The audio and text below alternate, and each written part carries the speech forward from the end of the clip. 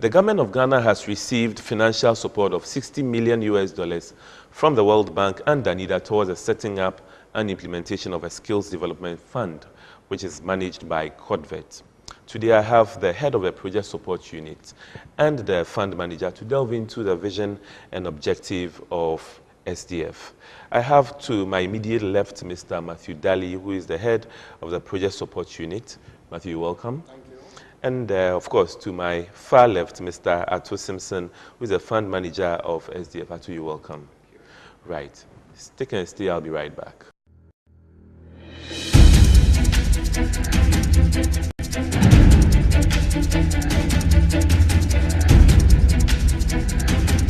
The Skills Development Fund, SDF, is an important tool in the creation and sustainability of a knowledgeable and skilled workforce that will support not only the growth of existing businesses, but the addition of new high-wage industries.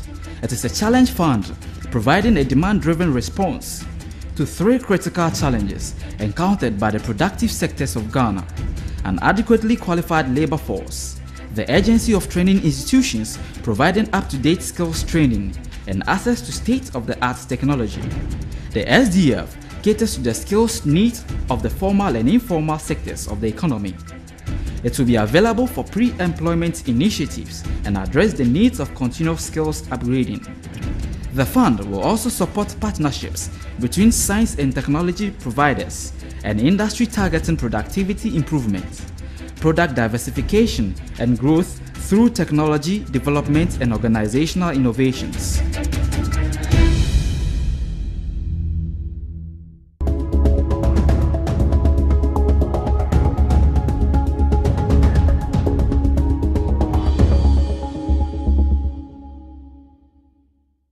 Right. So, Matthew, can you kindly run us through the history and rationale for setting up the SDF?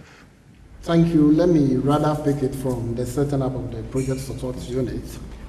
The PSU, for short, takes its root from the Paris Declaration, which emphasized harmonization and then alignment of aid to ensure effectiveness.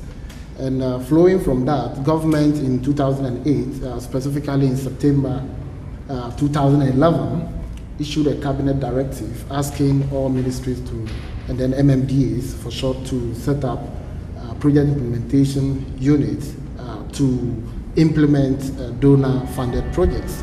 So the PSU was created out of that, and the PSU was established solely to manage all projects funded by our development partners. Currently, we have the World Bank in the basket. We also have Danida also in the basket.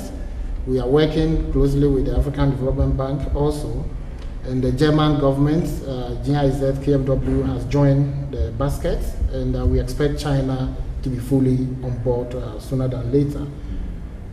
So that's interesting. That's a big basket with which everybody is putting something in towards skills development and training. Right. Let me kindly come to take us through what are the objectives and focus really of SDF. Well, the Skill Development Fund basically focuses on supporting businesses in the country to be competitive. As a country, we are losing our competitiveness. You look around everywhere and you see kiosks and shops, and we sell for others. Things that others have produced is what we sell. We have almost lost our productive sector. So SDF is here to support businesses to train their staff to an extent that makes the staff very productive, so that the companies that these staff work on can produce goods and services at rates that can compete with any other products from everywhere in the world. Additionally, SDF supports businesses to access technology, new ways of doing things much more effectively, so that a small addition of some support accessing technology will be able to transform a business from some low production base to a very high production base. So this is what SDF seeks to provide. And as Matthew said, there is a fund from which we are giving grants to businesses to address these challenges. So these are monies that you are giving specifically towards skills development and training. Exactly. Okay. Let me come to you, Matt. How does SDF work? What's the management and operational framework within which SDF operates? Thank you. Probably let me make quick reference to what we have in the basket. Okay. We have Danida supporting us with $10 million. The World Bank also $50 million. Okay. The African Development Bank is also coming on board with about $120 million in support of COTVET. And then we have the German government also coming on board with 10 million euros. We are having discussion with China as indicated earlier on. But then at the apex of the structure at the project support unit, which has overall responsibility over management of the Skills Development Fund, you have the project steering committee. And as the term implies, they provide the overall responsibility in terms of direction and focus of the project. Down the steering committee, you have the management structure of the project support unit. You have the project coordinator, of course, who works up to the executive director. Then you have the fund manager, who is the head of the department in charge of the Skills Development Fund. Okay. Then you have functional departmental heads. You have procurement, you have the finance, you have the monitoring evaluation, trying to service and fuel the entire project support unit.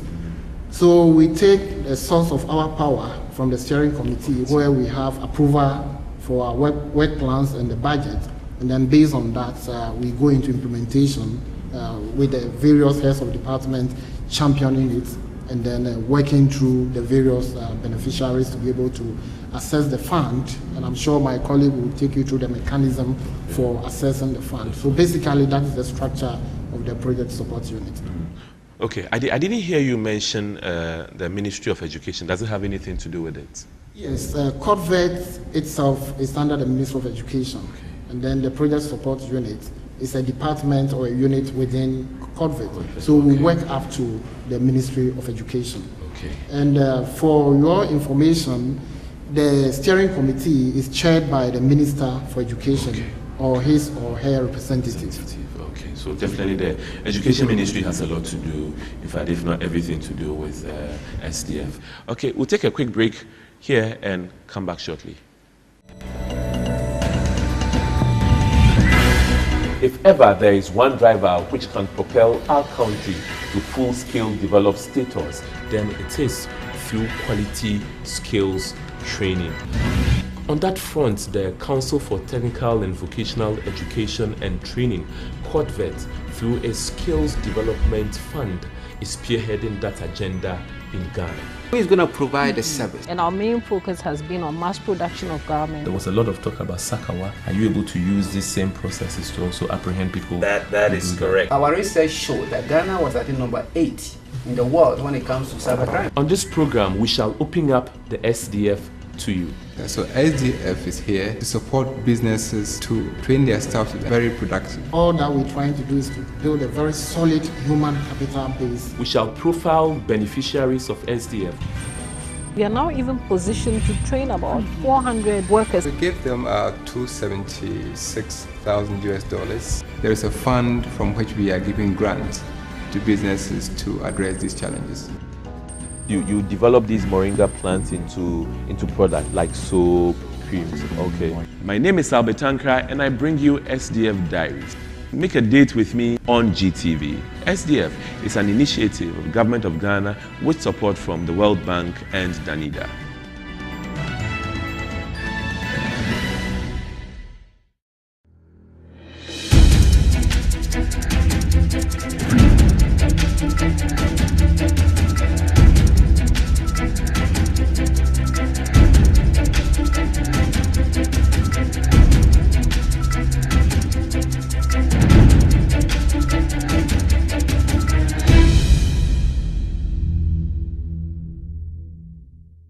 Welcome back. So let's try and get an understanding of what the process is. How does one benefit from this fund?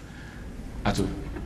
Well, basically, it's a challenge fund, SDF, and every business in this country is eligible to send in an application every business that requires skills upgrading to be able to become more productive and to meet objectives of SDF is able to send an application through. We launched this call last week, Monday, inviting business across the country to apply. And the application deadline is middle of June this year. At that, we review all the applications we have received. The next stage after review, those that are good enough would go for evaluation. Here we have consultants that we have trained specifically to judge the quality of proposal that we have received. Now, proposal would be reviewed by 2 consultants, and it has to pass the 2 consultants' evaluation. After that, we conduct what we call a due diligence. We go to the sites of the businesses. We want to be sure that 1, the firms that are applying for grant exist, and 2, that they are doing what they say they're doing. Okay. And 3, that they're able to manage a grant when approved, and many other things. Now, when we certify with all these, we recommend to the SDF steering committee, or the SDF committee, 9 members on that committee that sit to deliberate on these proposals. And when they say it's passed, then it's passed. I mean, they also use the SDF manual, which is a document that we all use in guiding our decisions. So when proposals pass the SDF committee's approval, we arrange for grants to be paid out for these businesses to start their project execution. So it's a very simple, straightforward process which full of transparency. And anybody who needs a grant and who gets a grant, we support with our M&E mechanisms to implement this project on time. Seems to me like a very rigorous process, Ato. You mentioned committees and consultant. It seems like a very rigorous process. Well, see, these are public funds. Government of Ghana gets a loan from the World Bank, grant from the NIDA, and says, instead of putting the money into roads and hospitals, this is how best the money should be used. So we have to ensure that the grants go to the ones who are best able to utilize it to achieve the objectives of SDF. So it is rigorous, yes, but if you want a bank loan of 100,000 Ghana cedis, you would have to go through quite a bit to get it. And this is free. No, I mean, you don't pay back, you don't pay any interest. And so we want to be sure that those who get it really deserve and are eligible to get it. And that, importantly, the impact of giving these grants to them is very big indeed. Matthew, you want to add something to what you said? Yes, just to add a little to what my colleague has said, we have a very strong and robust monitoring and evaluation system in place to follow up on disbursements, to ensure that the monies are used for the purpose for which they were disbursed. So we try to create a very strong feedback mechanism between the managers of the fund and then the implementers of the fund to ensure that there is value for money. Okay, let me come to you, Ato. How much grant has been approved since inception, and what are some of the outcomes? So far, we have given grants of almost 18 million Ghana cedis. We hope to get to 40 million Ghana cedis by the end of this current call. We've had 62 institutions getting a grant. The first call wasn't very successful. We had only 6 approvals. Call 2, we had 56. So that's a big jump, if you will. Now, there have been many businesses getting grants. One I will talk about is the Ghana Telecom University, which basically got a request from the Ghana Police, the Army, and the bankers to develop, a training course, which hitherto was accessible only abroad. So this university developed the course, and now businesses in industry, businesses in the banking sector, the military, police, are able to go to this university and get the training that would have cost them so much money to obtain.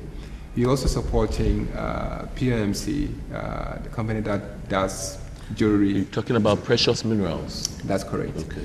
Basically, all the diamonds that we have in Ghana, in Liberia, and elsewhere are sent to Israel, to Belgium, to India for polishing and cutting before they are sent back to Ghana.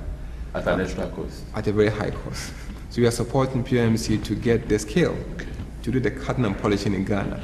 And we have indication that all the countries around that are doing mining diamond are bringing their diamond to Ghana for polishing and cutting. This is the first in the sub-region to do this thing in Ghana.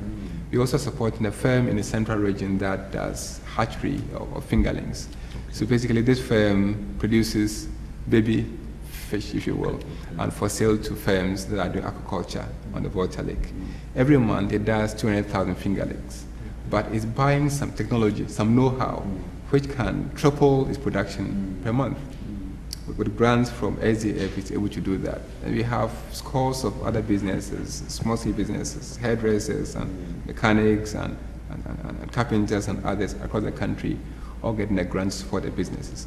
Of course, I'm sure in subsequent editions of SDF Diaries, we'll get the opportunity to meet these people firsthand and find out what they are doing with the grants that they've received. Matthew, let me come to you. What does the future look like for SDF? Well, the future for us looks very bright.